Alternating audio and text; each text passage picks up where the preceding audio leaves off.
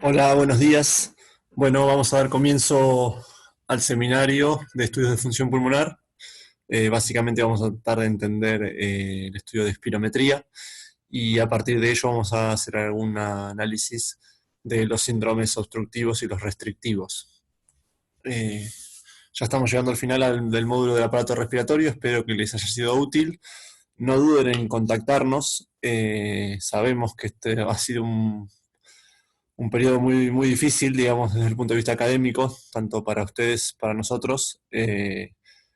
Nosotros estamos dando nuestro mayor esfuerzo, entendemos que ustedes también, o sea que estemos en contacto por las vías que se nos permiten.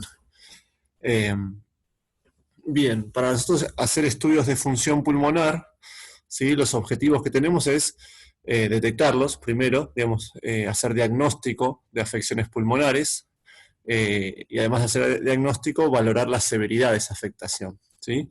También vigilamos la evolución de esas enfermedades y las respuestas al tratamiento, y en ciertas cuestiones ambientales podemos detectar efectos nocivos de alguna exposición tóxica a factores de riesgo, como pueden ser algunas exposiciones medioambientales, laborales o ciertos fármacos que pueden producir patología pulmonar.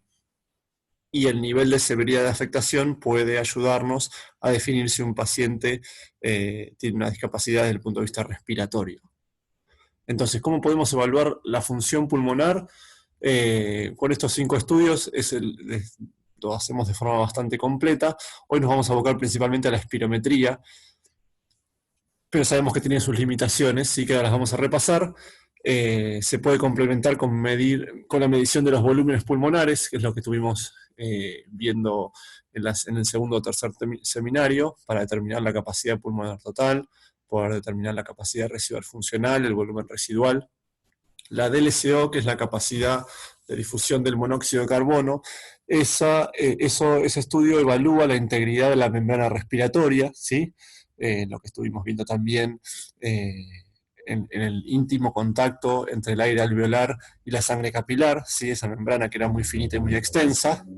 El test de marcha de 6 minutos un poco pone es una prueba de ejercicio de un paciente que camina básicamente, y de acuerdo a los metros que camina y la capacidad de oxigenación durante el ejercicio, bueno, es lo que podemos evidenciar, como veíamos en la clase anterior, ciertas patologías de la difusión que se pueden manifestar más en el ejercicio, ya que el tiempo de contacto del eritrocito al pasar por el capilar pulmonar y en contacto con el alveolo es menor, ¿sí? Y el test de consumo de oxígeno es una prueba muy compleja, que es la forma más compleja para determinar si la falta de aire de un paciente es de origen respiratorio, cardiológico. No vamos a tocar ese tema. Entonces, la espirometría es un estudio básico de la función pulmonar. Es el estudio más básico, ¿sí? Así como un paciente que tiene dolor de pecho se le hace un electrocardiograma, bueno, la espirometría es el estudio básico de la función pulmonar, es como el electrocardiograma de los cardiólogos, en mi pensamiento, ¿sí? Es un estudio por el cual uno empieza a evaluar un paciente que tiene disnea, tiene falta de aire y tiene algún factor de riesgo, ya sea que ustedes lo puedan pesquisar por el interrogatorio, por sus antecedentes familiares o personales, por algún tipo de exposición, ya sea el cigarrillo o cualquier otra exposición laboral, y puedan sospechar que es de origen respiratorio. Bueno, la espirometría es el estudio de función pulmonar básico. ¿En qué consiste? Bueno, es un aparatito actualmente así, antes había cosas mucho más rudimentarias y complejas. Ahora lo que se hace es soplar a través de una boquilla, ¿sí? Y esa boquilla conecta con un neumotacógrafo, se llama, ¿sí? Que para que ustedes comprendan es una turbina, ¿sí? Que de acuerdo con la velocidad que gira, va midiendo cuánta cantidad de aire va pasando en litros, ¿sí? Entonces, el tiempo que toma y los litros que pasan por ahí, bueno, hace estima medidas de capacidades y volúmenes, y estima flujos también, ¿sí? Acuérdense que las unidades para medir flujo es eh, volumen sobre tiempo, ¿sí? Litros sobre segundos, ¿sí? Entonces, cuánta cantidad pasa en determinado tiempo. Eso es flujo, ¿sí? Eso es muy importante para las enfermedades obstructivas, que ya las vamos a ver. Entonces, es un estudio básico. ¿Y qué hace? Bueno, este es el ciclo respiratorio con todos los volúmenes y capacidades que nosotros ya vimos, ¿sí? Esto es un repaso, ¿bien? Y en algún momento lo mencioné, pero bueno, ahora lo vamos a repasar más en profundidad. La espirometría es un estudio básico y la espirometría, de acuerdo a sus posibilidades, no tiene la capacidad de evaluar el volumen residual, ¿sí? Al no tener la posibilidad de evaluar el volumen residual, porque solo evalúa los volúmenes que puede movilizar una persona, ¿sí? Solo evalúa en su completo contexto la capacidad vital, ¿sí? En su completo estudio, la capacidad vital, bueno, no puede evaluar el volumen residual. Entonces, como no puede evaluar o determinar el volumen residual, no puede determinar la capacidad residual funcional, que era muy importante y es el punto de equilibrio que ustedes recuerdan, y no puede determinar la capacidad pulmonar total. O sea que todo lo demás que está aquí sí lo puede hacer, pero no puede, al no poder evaluar el volumen residual, no puede determinar dos índices que son muy importantes y eso se puede complementar con estudios más complejos como pueden ser volúmenes pulmonares. Esta es una tipología normal, sí, una espirometría normal, es para que ustedes vean la cantidad de numeritos que tienen. Básicamente nosotros miramos muy pocos de ellos, ¿sí? Pero en realidad esto es para esto, ¿sí? Fíjense que esto es un paciente, una persona, ¿sí? Que a través de esa boquilla que estábamos viendo recién, ¿sí? Realiza un ciclo respiratorio, ¿sí? Respira, inspira y expira. Fíjense, acá tienen flujo y volumen, ¿sí? Entonces, esta persona va respirando, ¿sí? Y en un momento dado hace una inspiración profunda, ¿sí? Esta es la rama inspiratoria, se llama, es una inspiración profunda, como la que ya hicimos en los ejercicios, inspira esta capacidad pulmonar total, ¿sí? Y después expira de forma completa toda su capacidad vital. Es una capacidad vital expiratoria forzada, ¿sí? Entonces, la capacidad vital era todo aquel aire que nosotros podíamos movilizar de capacidad pulmonar total a volumen residual. Entonces, en esta persona, ¿sí? Bien, que es este mismo gráfico, ¿sí? Parte de capacidad pulmonar total, expira toda su capacidad vital para llegar a volumen residual, ¿sí? Y si hace la maniobra inspiratoria sería lo mismo, ¿sí? Va de forma inspiratoria, mete toda esa misma capacidad vital. Entonces, como nosotros vemos, ¿sí? Esta persona tiene que sacar todo su aire en un determinado tiempo, podemos evaluar volumen y volumen sobre tiempo, y eso nos da flujo, ¿sí? Entonces, ahí es donde nosotros vamos analizando algunos datos para determinar cuál es el tipo de alteración respiratoria que tiene una persona. Entonces, antes de hacer, ustedes piensen que este es un estudio que requiere la colaboración del paciente, requiere una maniobra de expiración forzada, ¿sí? Requiere que una persona entienda cómo hacerlo. Entonces, una persona que llega a hacer ese estudio tiene que evitar estar cansado, haber consumido medicaciones que produzcan broncodilatación o broncoespasmo para que sea fidedigno de su función pulmonar. Que tenga ropa muy ajustada, básicamente porque tiene que hacer una maniobra de expiración forzada. ¿Y para qué nos sirve esto? ¿Para qué lo hacemos? ¿Sí? Para decir que, bueno, reconocer patrones funcionales espirométricos, ¿sí? Que puede ser normal, puede ser de tipo obstructivo o puede ser sugestivo de restricción. Fíjese que este estudio no define una patología de tipo restrictiva. ¿Por qué? Porque una patología de tipo restricción, ¿sí? Restrictiva, es una patología que causa una disminución de la capacidad pulmonar total. Y nosotros habíamos visto que la espirometría no es capaz de hacer esa determinación de ese índice. Entonces, lo sugiere al dar la posibilidad de medir una capacidad vital baja, ¿sí? Estimamos que si una persona tiene una capacidad vital baja, puede llegar a tener una capacidad pulmonar total baja, pero no lo podemos confirmar y en caso de querer confirmarlo hay que hacerlo a través de una medición de volúmenes pulmonares. Esta es una herramienta muy importante, como ya les dije, es un estudio complementario, nos ayuda en conjunto con la clínica, por ejemplo, para hacer diagnóstico de las enfermedades respiratorias más frecuentes, que son las enfermedades obstructivas, como el asma y el EPOC, ¿sí? En conjunto con los datos clínicos, claramente. Entonces, ¿qué miramos? Ustedes vieron ahí que hay un montón de numeritos, pero los más comunes e importantes que se miden en una espirometría son estos tres, o estos cuatro, digamos. Pero lo resumiría en tres. ¿Qué es? La capacidad vital forzada, capacidad vital expiratoria forzada, que se mide en litros, el BEF sub 1, ¿sí? Que es el volumen expirado en el primer segundo, ¿sí? Piensen esto, volumen expirado en el primer segundo. Nosotros hacemos una maniobra expiratoria forzada, ¿sí? Piensen ustedes, llenándose de aire y soplando con toda su fuerza, ¿sí? Durante 6 segundos. Bueno, la cantidad de aire que sacan en el primer segundo se llama BEF sub 1 y eso es una medida de flujo, ¿sí? Eso vamos a ver ahora que determina la severidad de un trastorno obstructivo, ¿sí? Porque la obstrucción al flujo aéreo, aumento de las resistencias en las vías aéreas, producen una alteración de flujo. Entonces, la severidad de los trastornos obstructivos se evalúa a través de la alteración del BEF sub 1. La relación BEF1-FBC, ¿sí? La relación que es la división entre el volumen que sacamos en el primer segundo y el volumen total, ¿sí? Esto es lo que antes se conocía o se mal conoce como índice de Tifeno, no lo nombran así, se nombra así, la relación BEF1-FBC, ¿sí? Esta es la medida más sensible, ¿sí? Para detectar un trastorno obstructivo, ya lo vamos a ver. Y el pico flujo expiratorio, ¿sí? Pico flujo expiratorio. Cuando nosotros soplamos, hagan una maniobra ustedes de soplar con toda su fuerza, ¿sí? Eso es así. Soplar con toda su fuerza, bueno, eso en un primer momento, cuando nosotros sacamos el aire, ¿sí? Bueno, hay un momento, hay un pico en el cual se logra ese mayor flujo expiratorio. Bueno, eso se puede medir y está alterado básicamente en los trastornos obstructivos, como si piensan, se imaginarán. Entonces, nosotros medimos en espirometría, medimos volúmenes y medimos flujos, ¿sí?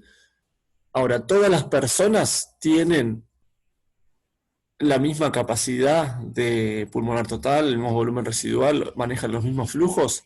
Si ustedes se lo pueden pensar ahora, claramente no, ¿sí? Entonces, para nosotros decir que una persona X, de la edad que sea, está normal o anormal, los valores que nos entregan la espirometría, bueno, tenemos que compararlo con algún grupo de teóricos, ¿sí? Entonces, los valores que nosotros saquemos, ¿sí? La cantidad de aire que, por ejemplo, que yo, hombre de 37 años, puedo sacar de mi capacidad vital forzada, por ejemplo, bueno, va a depender de la edad, del sexo, de la altura y del peso, ¿sí? Entonces, todos esos datos son valores que nosotros tenemos que incorporar de cada paciente para poder determinar y hacer una comparación con ¿qué? Con valores teóricos, ¿sí? Entonces existen teóricos a nivel internacional que estiman a través de ecuaciones y evaluaciones muy, muy largas, digamos, que las personas de tal sexo, a tal edad, de tal altura, tienen que tener un teórico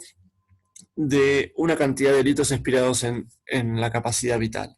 Entonces nosotros siempre comparamos y hacemos un porcentaje de ese teórico, ¿sí? Ahora por ahí lo vamos a entender un poco mejor al ver un ejemplo. Entonces, para decir si una espirometría es normal o alterada, bueno, lo vamos a comparar con el teórico de una persona similar, sana, de las mismas características, ¿verdad? Y acá tenemos lo que se conoce como el límite inferior de la normalidad, ¿sí? Por fuera, ¿sí? Por debajo del límite inferior de la normalidad, ¿sí? Sabemos que ese estudio, que esa medición que nosotros hacemos en ese paciente particular va a ser una medición anormal, ¿sí? Porque en este caso en la distribución de la normalidad de la campana de Gauss, por debajo del límite inferior de la normal, está por fuera de los dos desvíos estándar, ¿sí? Ahora lo vamos a ver con algún ejemplo de espirometría que quizá va a ser más fácil.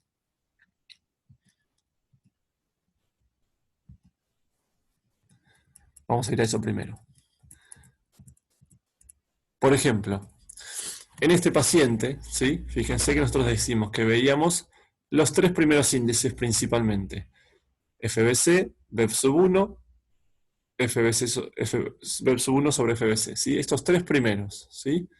Y lo que vemos acá dice real del paciente. ¿Cuánto es este paciente que nosotros le hicimos esta maniobra recién? Bueno, este paciente sobre capacidad vital forzada sacó 3,54 litros, y el teórico, ¿sí? El teórico es una persona de similar estatura, del mismo sexo y de la misma edad, tendría que sacar 3,70. ¿Bien? Entonces fíjese que el porcentaje del teórico de ese 3,70 de este paciente es el 95%. En líneas generales, para que ustedes tengan como parámetro, todo lo que sea entre 80 y 120% de los valores teóricos es normal, ¿sí? O sea, no determinamos que es normal si justo sopla el 100%, el mismo 100%. Si sopla entre 80 y 120%, es normal porque, bueno, ustedes imaginarán que no todas las personas de un 80 de 40 años de sexo femenino van a tener exactamente los mismos litros, sino que hay un rango de normalidad, ¿sí? Y el límite inferior de lo normal está acá, es por debajo de los 2 desvíos estándar. Es decir, que por ejemplo, para que nosotros consideremos que este estudio, que la capacidad vital forzada de este paciente que sopló 3,54 es anormal, debería haber sacado menos de 3,01. O sea, si hubiese sacado 2 litros,80, ¿sí? Bueno, esa capacidad vital forzada está baja. ¿Sí? U otra forma quizás más simple de hacerlo, que es concordante también y sirve, es que hubiese expirado menos del 80% de su teórico. ¿Bien? Lo mismo vamos a hacer con el resto de los valores, ¿sí? El BEF1, este paciente sopló 3,16, que exactamente el teórico, el 100% es 3,04. Sería 103% del teórico, ¿sí? En este caso es normal, ¿sí? Porque se encuentra dentro del rango del 80 a 120%. Y el límite inferior de la normalidad, para decir que este paciente tiene un BEF1 bajo, ¿sí? Debería expirar menos de 2,46 litros en el primer segundo, ¿sí? Eso es una alteración de flujo y nos da la pauta de un trastorno obstructivo. Lo vamos a ver más adelante. Entonces, veíamos que hay teóricos, que esos teóricos dependen del sexo, de la edad y de la altura, ¿sí?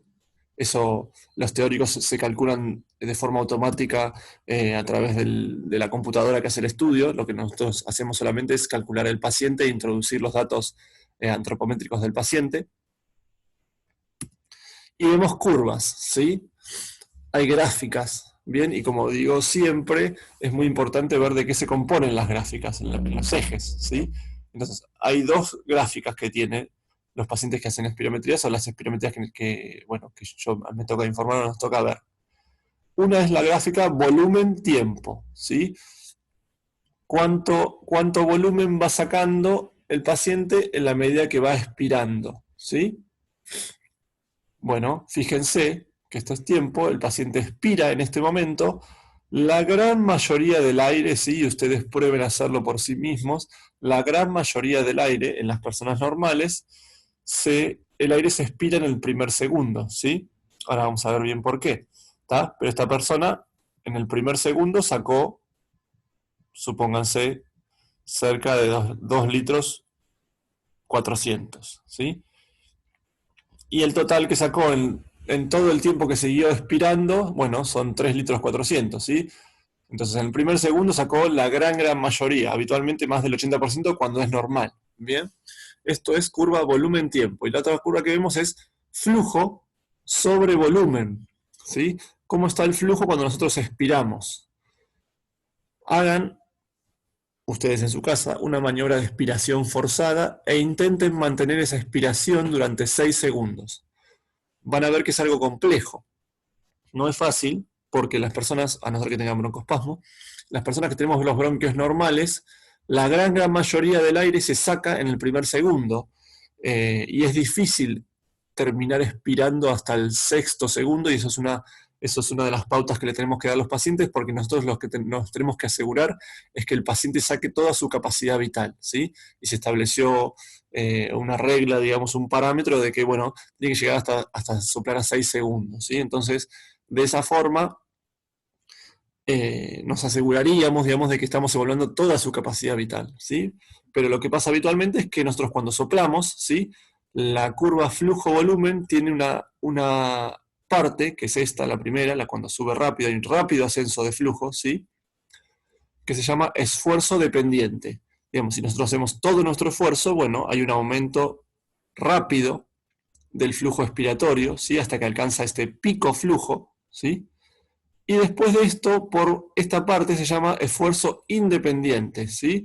¿Se acuerdan de lo que nosotros denominábamos el punto de igual presión, ¿sí? Cuando hacemos una maniobra expiratoria forzada, ¿sí? La presión intrapleural se vuelve muy positiva y termina comprimiendo las vías aéreas, ¿sí? Y eso hace que así nosotros aumentemos más la presión intrapleural, queriendo expirar más fuerte. Bueno, las vías aéreas están colapsadas, entonces termina saliendo una muy baja cantidad de aire, ¿sí? Muy poquito, bien, porque en este caso las vías aéreas se empiezan a comprimir, ¿sí? En diferentes sectores, pero esta parte se llama esfuerzo dependiente porque depende de nuestra fuerza en la expiración, que aquí utilizamos los músculos expiratorios abdominales principalmente, y logramos este pico, que es algo que nosotros tenemos que tener en los pacientes para considerar una maniobra que está bien hecha. Y después tenemos una parte que está esfuerzo independiente, ¿sí? Intenten hacerlo ustedes en sus casas y se van a dar cuenta que es realmente así. Este estudio tiene muchos criterios de aceptabilidad, los voy a pasar rápido, pero para que ustedes entiendan que es un estudio relativamente complejo en el sentido de que necesitamos de la colaboración del paciente. El paciente tiene que hacer una maniobra bien, ¿sí? Si no lo hace bien, bueno, entonces no podemos determinar o evaluar adecuadamente los valores que nos va a arrojar el estudio. Inicio adecuado, la evaluación abrupta y vertical de la curva, ¿sí? De flujo-volumen. Entonces, si una persona quiere simular un trastorno, ¿sí? Decir que tiene algo pero no lo tiene, no sopla de forma adecuada, ¿sí? No hace un soplido fuerte, ¿sí? Sino que lo hace más lento. Entonces, eso va a hacer que el volumen expirado en el primer segundo sea menor, y eso puede ser una simulación de un trastorno obstructivo, ¿sí? Hay gente que lo hace. Pero, ¿qué pasa? En la evaluación de la calidad del estudio nosotros no veríamos este pico flujo, entonces nosotros tenemos que ver el paciente que haga su máximo esfuerzo, si no lo hace tenemos que hacer que repita la maniobra, pero se puede ver tranquilamente. Bien, el ejemplo A, el paciente sopla fuerte, llega al pico rápido. En el B y el C, no. Puede ser porque no hace el esfuerzo adecuado, porque no entiende la maniobra, no lo puede hacer, o piénsenlo porque tienen, por ejemplo, una enfermedad neuromuscular, ¿sí? No tiene la fuerza adecuada en sus músculos ventilatorios para poder expirar, y eso, obviamente, teniendo en cuenta los antecedentes en la clínica, nos va a ayudar a hacer un diagnóstico. Terminación adecuada es esto. Veamos el segundo punto, digamos, que tengan que tener una expiración adecuada, ¿sí? Más de 6 segundos, ¿sí? Para estar seguros que el paciente llegó a volumen residual, ¿sí? Para que estemos seguros que esa cantidad de litros representa verdaderamente la capacidad vital del paciente, ¿sí? También pueden ser 3 segundos en más pequeños, ¿sí? Entonces, esto que nos ayuda, la curva volumen-tiempo, ¿sí? Curva volumen-tiempo. Esta persona sopló menos de 4 segundos, esta persona sopló casi 5 segundos, esta persona sopló 5 segundos y esta persona sopló 9 segundos, ¿sí? Entonces, esto es un criterio de aceptabilidad del estudio para básicamente nosotros saber que lo que estamos midiendo es la capacidad vital, ¿sí? Si no soplamos, si no expiramos toda nuestra capacidad vital, ¿sí? Porque cortamos antes la maniobra, bueno, las estimaciones van a ser inadecuadas. Y libre de artefactos es que básicamente el paciente haga bien la maniobra, y eso ustedes se pueden dar claramente cuenta por eh, por los gráficos, ¿sí? Bien, hay que mirar los gráficos, ¿sí? Por ejemplo, este paciente está bien, ¿sí?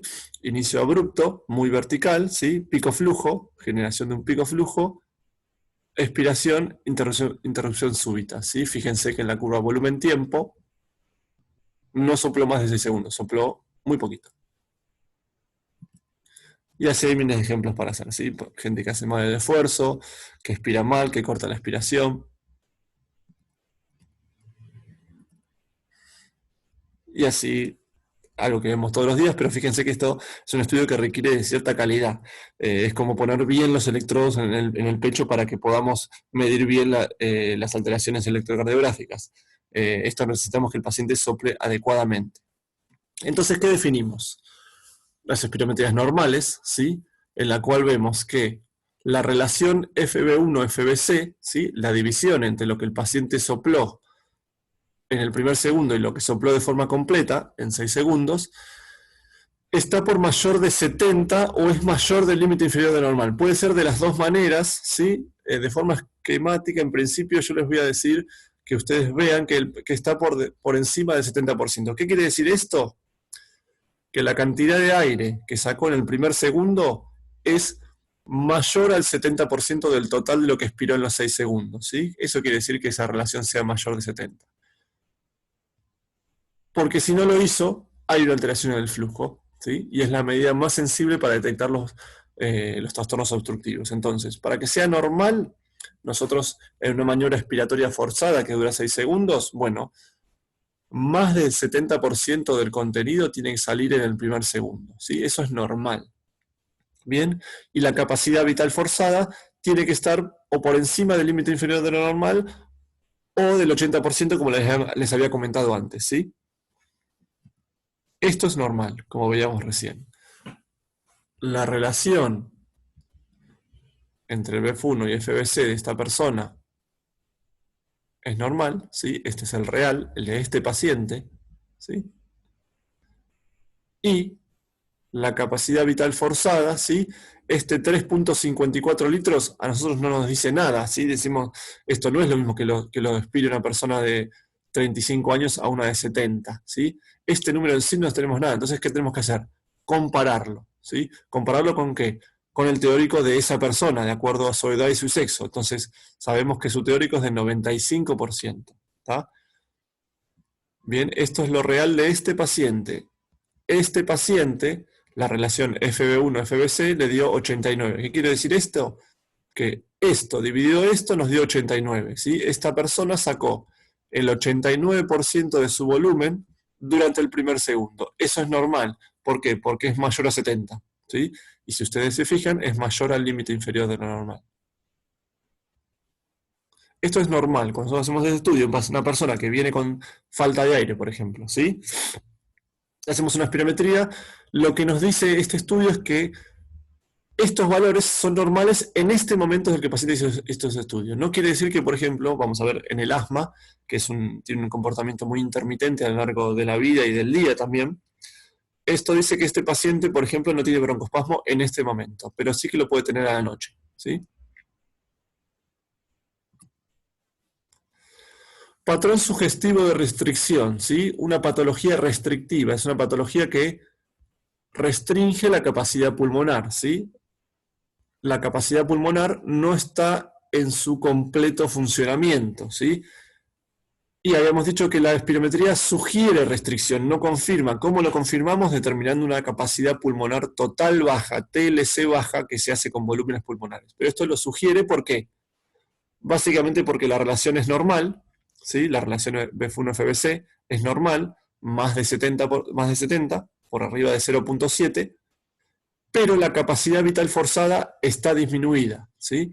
Capacidad vital forzada disminuida. Esto es lo que nos sugiere una persona que tiene restricción. ¿Cuándo puede pasar esto? Bueno, una persona que tiene un derrame pleural o una parálisis diafragmática. ¿Por qué? Bueno, porque esta parte del pulmón que debería ventilar, ¿sí? El paciente al aspirar, sacar todo su volumen y sacar toda su capacidad vital de forma forzada, bueno, nos va a dar una medición menor porque esta parte está no funcionante, ¿sí? Ya sea por líquido o por una parálisis diafragmática. Piénselo de forma extrema y exagerada en un derrame pleural masivo. Todo este pulmón no ventila, entonces va a ser una patología restrictiva. Y sí, seguramente. ¿Por qué? Y porque cuando expire solamente va a expirar lo de este pulmón. El derrame pleural, ¿sí? Es una patología restrictiva. ¿Por qué? Porque baja, la espirometría nos sugiere porque tiene una capacidad vital forzada disminuida. Nosotros no es que tenemos que hacer una espirometría para confirmar esta patología, ¿sí? Ya al ver esta radiografía, bueno, vamos a suponer que este tipo de trastorno que tiene esta persona es restrictivo y vamos a estudiar por qué está esto acá. o una cifoescoliosis severa, por ejemplo, ¿sí? Cuando la columna está torcida, ¿sí? Eso de alguna forma hace que la capacidad pulmonar total no esté, el pulmón, digamos, tenga restringida su capacidad de expansión. Entonces, es otra de las causas que pueden generar una enfermedad restrictiva. Piensen también esto que les decía yo, si bien estructuralmente puede ser todo normal, un enfermo con un trastorno neuromuscular, ¿sí? Puede ser una esclerosis lateral amiotrófica, la ELA, una miastenia gravis, una parálisis diafragmática, un accidente cerebrovascular con alteración del control del centro respiratorio. Todo eso puede hacer que los músculos ventilatorios no estén en su máxima capacidad y no ventilen lo adecuado. Entonces, patologías restrictivas de muchos orígenes, ¿sí? O sea, es una gran bolsa de gatos. ¿Por qué tener la capacidad pulmonar total baja? Porque puede ser un compromiso de la pared esquelético, puede ser un compromiso de los músculos, puede ser un compromiso pleural, ¿sí? O, por ejemplo, si una neumonía, ¿sí? Que ustedes tienen todo un pulmón o todo un lóbulo de un pulmón ocupado por exudado, ¿sí? O por células inflamatorias e infección, bueno, eso es una patología restrictiva. O del tipo intersticial, ¿sí? Lo que nosotros veíamos en algún momento, las fibrosis pulmonares, ¿sí? Las fibrosis pulmonares lo que hacen, o que vimos hasta ahora, es que engrosan la membrana alveolo-capilar, ¿sí? Eso nos traía un trastorno de difusión, como habíamos visto como causa de hipoxemia, pero a medida que esa fibrosis progresa, ¿sí? Los alvéolos se van colapsando y fibrosando y cicatrizando unos a otros, ¿sí? Entonces, de esa forma, bueno, vamos perdiendo unidades alveolares y de acuerdo a la severidad se va transformando en una patología restrictiva, ¿sí? Las fibrosis pulmonares son enfermedades restrictivas. ¿Cómo nos damos cuenta? Bueno, este estudio, ¿sí?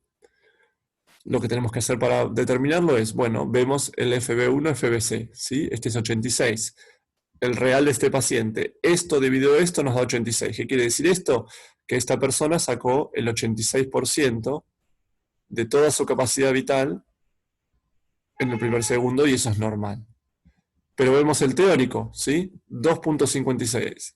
Perdón, vemos el real de este paciente. ¿Cuánto sopló? 2.56. ¿Nos dice algo? No. Tenemos que compararlo con su teórico o su límite inferior de lo normal.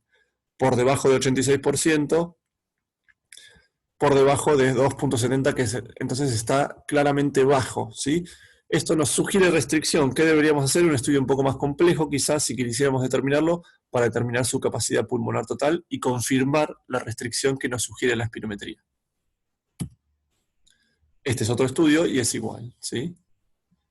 Valores 97, normal. Vemos el porcentaje del teórico de la capacidad vital forzada y nos da 75%, ¿sí?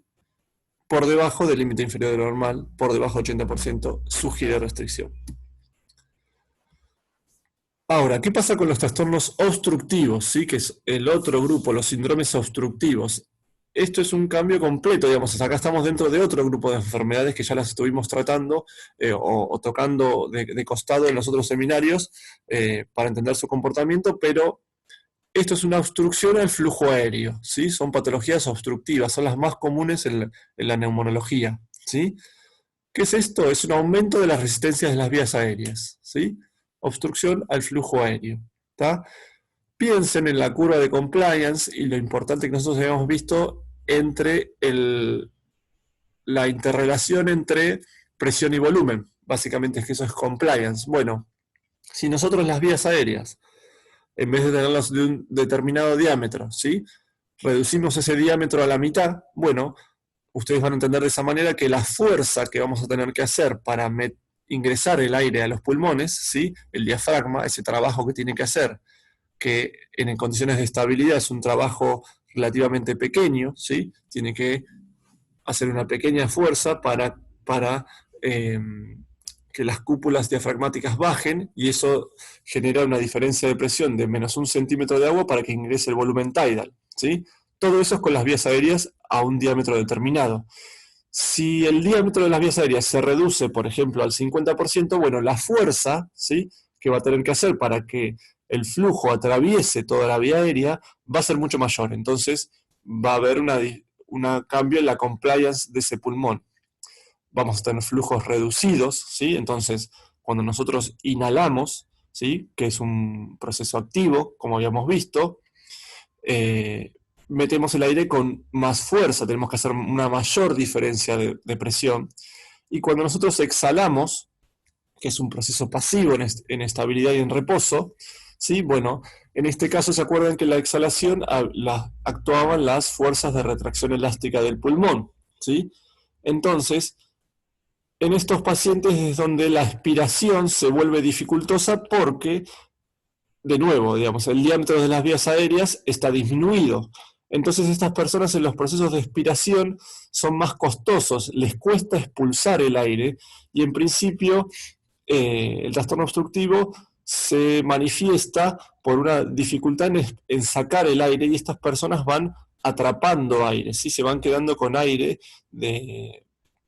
dentro de su pulmón y la dificultad está en la expiración, ¿sí? Entonces empezamos a atrapar aire y esto es lo que genera pulmones grandes, ¿sí? Pulmones con más llenos de aire que lo habitual. Sería como una capacidad pulmonar total aumentada. Así como hay áreas que tienen disminución del radio, ¿sí? Vías aéreas con disminución del radio, bueno, hay áreas que están hipoventiladas, ¿verdad? Hay áreas a las cuales no les llega aire ambiente porque están cerrados esos bronquios o están tapados con moco. Acá tenemos una alteración ventilación-perfusión, causa de hipoxemia, ya lo vimos. El diámetro reducido, ya lo vimos, es el aumento de resistencia, y el aumento del trabajo ventilatorio, ¿sí? Vimos que en condiciones normales el trabajo que hacía el diafragma era poco, ¿sí? Bueno, en este caso va a tener que hacer más trabajo y esto es lo que genera la fatiga.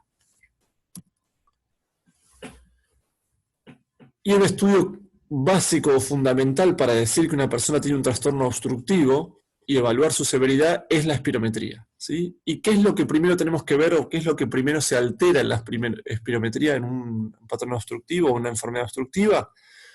La relación entre el BF1 y FBC, si es lo más sensible, si es lo que primero se altera, ¿sí? Entonces, lo que veíamos que era como una medida de flujo, BF1 era litros sobre segundo, cantidad de aire sobre el primer segundo, sobre la cantidad de aire total. Bueno, eso por debajo del 70%, ¿sí? Una persona que no puede sacar o saca menos del 70% de su contenido total en el primer segundo es una persona que tiene un trastorno obstructivo, ¿sí? Y para decir qué tan severo es ese proceso, bueno, determinamos el porcentaje del teórico del BEP1. Ahora vamos a ver ejemplos, pero vemos. Si hacemos una buena espirometría, ¿sí? Vemos primero la relación. Y si esta relación, como dijimos antes, era alta, bueno, no tiene un trastorno obstructivo, ¿sí? Pero si es baja, menos del 70, es un trastorno obstructivo, ¿sí?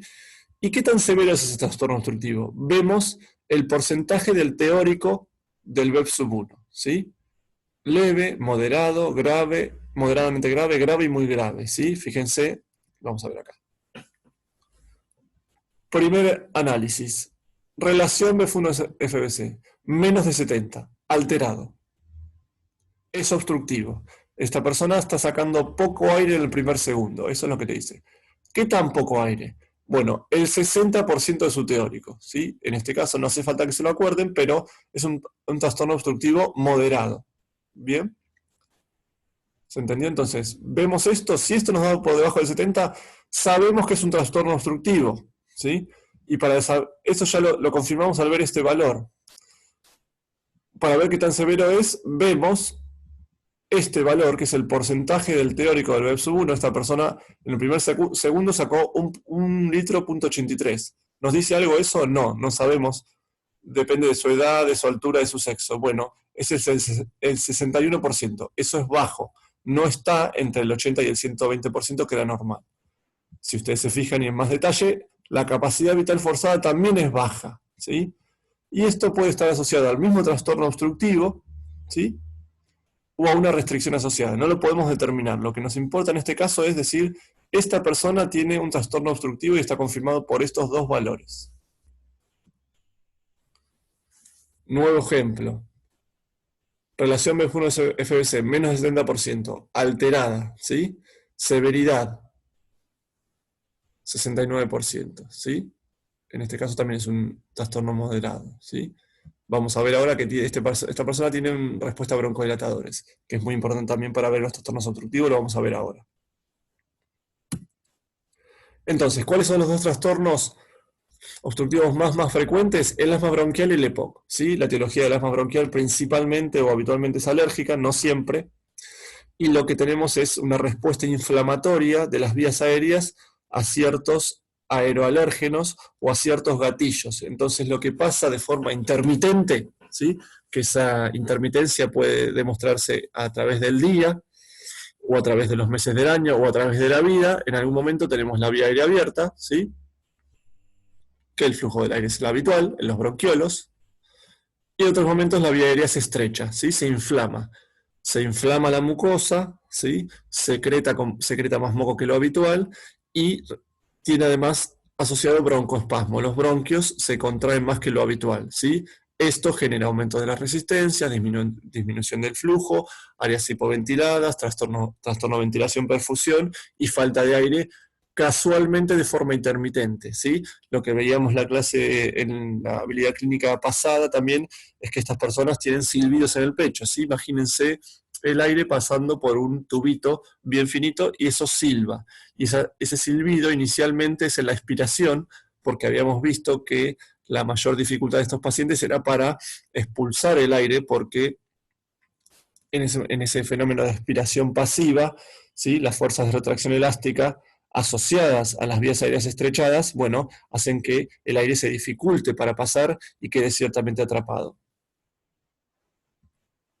Y el otro trastorno que es un poco más complejo y más grave, bueno, no sé si más grave, pero sí es más complejo porque tiene varios componentes, es el EPOC, ¿sí? El EPOC, que se da principalmente por el consumo crónico y abundante de cigarrillo, ¿sí? Produce un trastorno tanto a nivel de vías aéreas, ¿sí? De los bronquios, de las pequeñas vías aéreas, ¿sí? Como del parénquima pulmonar.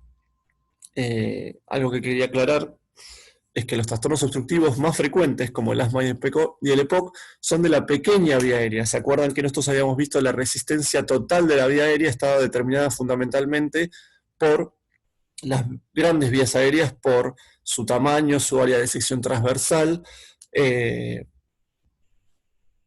y eso representaba más o menos el 70-80%, ¿sí? Pero la vía aérea pequeña, los bronquios y bronquiolos, ¿sí? Que son de muy bajo calibre, era aquella vía aérea que podía modificarse, que podía modificar su rango.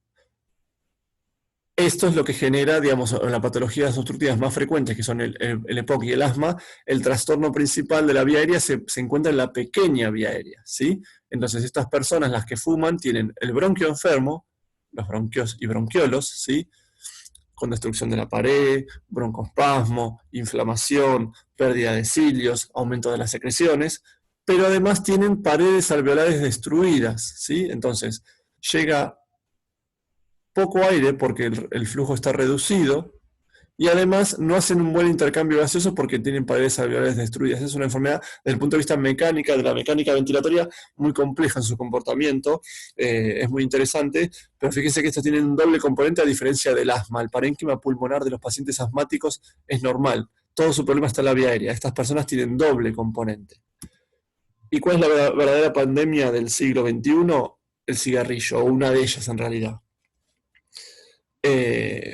Tiene más de entre 2.000 y 3.000 productos tóxicos para el pulmón y para todo el cuerpo. Imagínense una persona que fuma 20 cigarrillos por día, o 10, lo que sea. 20 veces al día introduce en su cuerpo, ¿sí? En una membrana alveolo capilar que tiene el tamaño de una cancha de tenis, o de la mitad de la cancha de tenis, 3.000 productos tóxicos, ¿sí? Espero que ustedes, si alguno fuma, ya estén pensando en dejarlo. Pero, digamos, veíamos el amplio contacto, digamos, o la amplia superficie de contacto que tiene el pulmón con el medio ambiente, ¿sí? Mucho más que la piel, ¿sí? Entonces todo lo que pasa a nuestro alrededor respecto al medio ambiente es muy significativo porque lo estamos inhalando todo el tiempo. Bueno, si ustedes o alguien fuma 20 cigarrillos por día, 20 veces por día introduce sustancias tóxicas a una gran superficie pulmonar, o sea que eso se va a absorber y puede generar muchos problemas de salud. ¿sí? Hay más de entre 15 y 20 patologías asociadas al consumo crónico de cigarrillos. Es la causa de muerte evitable más importante del mundo, o sea que si nosotros quisiéramos decir, bueno, ¿qué es lo que queremos sacar para que la gente se muera menos? Bueno, la gente debería dejar de fumar, como primera medida. Ustedes los packers ya aprendieron cómo calcularlos, pero bueno, es la cantidad de paquetes que fuma una persona por día multiplicado por la cantidad de años que fumó. Es decir, si una persona fuma un paquete por día, un paquete de 20 cigarrillos, es el estándar, durante 10 años, ¿sí? Se multiplica un paquete por día, por 10 años, 10 packers. Si fuma medio paquete por día, 10 cigarrillos por día, durante 10 años, se multiplica la mitad, 0,5, por 10 años, 5 packers. En líneas generales, la persona que tiene más de 10 packers es la que está en riesgo de padecer todo esto, ¿sí? 10 packers, o sea, lo pueden ser 10 cigarrillos en 20 años, ¿sí? 20 por 0,5, o 20 cigarrillos por 10 años, o todas las combinaciones que a ustedes se les ocurran, ¿sí?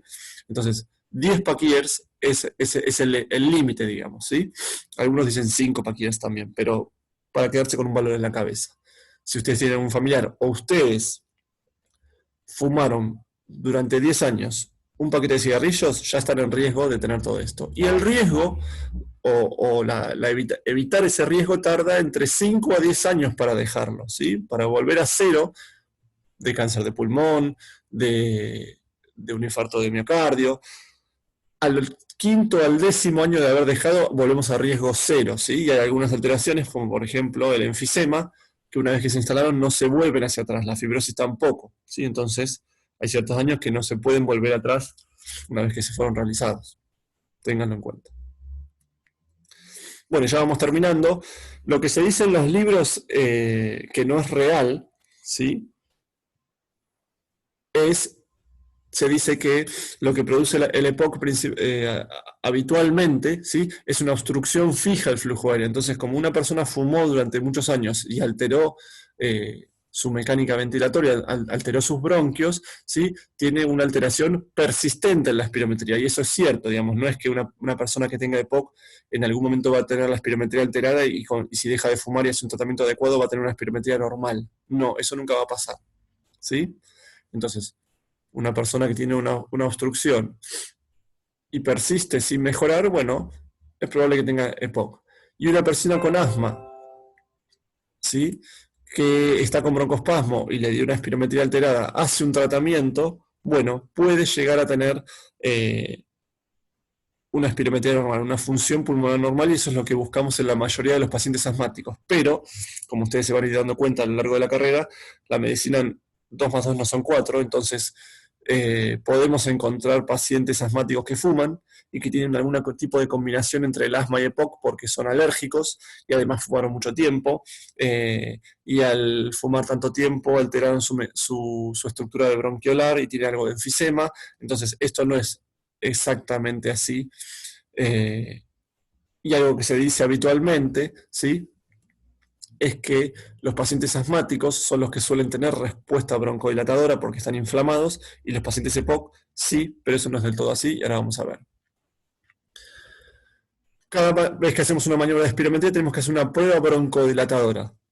Lo que hacemos es darle una droga, que es el salbutamol, que lo que hace que es dilata los bronquios. Entonces, si nosotros teníamos los bronquios comprimidos y los dilatamos, lo que deberíamos ver es que las mediciones, la cantidad de aire que saca en el primer segundo, la cantidad de aire total que saca, bueno, puede llegar a cambiar después de esperar la acción de esa dosis de salbutamol, ¿sí? Entonces, ¿qué hacemos? Hacemos una espirometría, medimos, hacemos las mediciones que ya dijimos, le damos salbutamol, que es un broncodilatador, esperamos 15 minutos, ¿sí? Es un agonista beta adrenérgico, ¿sí? El salbutamol, ¿sí? Dilata los bronquios. Entonces le hacemos soplar a los 15 minutos, perdón, y hacemos las mismas evaluaciones. ¿Qué pasa con una persona que tiene una respuesta broncodilatada positiva? Bueno, mejoran sus parámetros de función pulmonar al broncodilatarlo. Ustedes imaginarán que esto se ve mucho más digamos, o se ve de forma positiva o hay una respuesta broncodilatadora positiva en las personas que tienen trastornos obstructivos, ¿verdad? Si una persona tiene un derrame pleural, por más que le dilatemos los bronquios, no vamos a ver algún cambio, ¿sí? Entonces, esto es significativo, muy significativo para los trastornos respiratorios más frecuentes, que son el asma y el EPOC. Entonces, ¿cualquier respuesta broncodilatadora positiva la consideramos significativa? No. Hay parámetros y esquemas, como siempre. Entonces, cuando mejora un parámetro u otro, el BEPS1 o la FBC, el 12% y 200 mililitros con respecto al valor basal. ¿Sí? A ver si tenemos alguna pruebita acá. Acá. Esta persona, por ejemplo, ¿sí? Que tenía un trastorno obstructivo, porque esto estaba abajo, ¿sí? Sopló 2.48 en la maniobra prebroncodilatadora y 2.79, o sea, digamos, cambió 310 mililitros de un momento a otro, ¿sí? Porque dilató los bronquios, ¿sí? Pudo sacar más aire con los bronquios dilatados, ¿sí? Lo cual es lógico, ¿bien? Esto es una respuesta broncodilatadora positiva.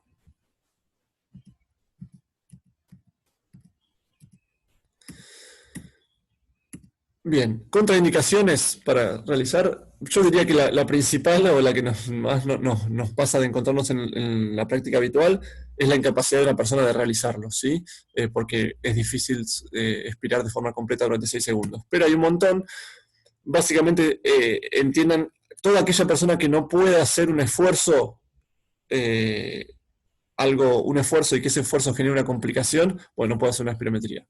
Una persona que se haya operado, ¿sí? De lo que sea y que eso puede desencadenar que se le salte un punto, por ejemplo, que tenga un embarazo complicado, que tenga un neumotórax, un infarto, no vamos a hacer soplar a alguien que se acaba de infartar. Hay un montón de contraindicaciones. Sépanlo muy, muy, muy por arriba, no es del todo importante esto. Bueno, muchas gracias.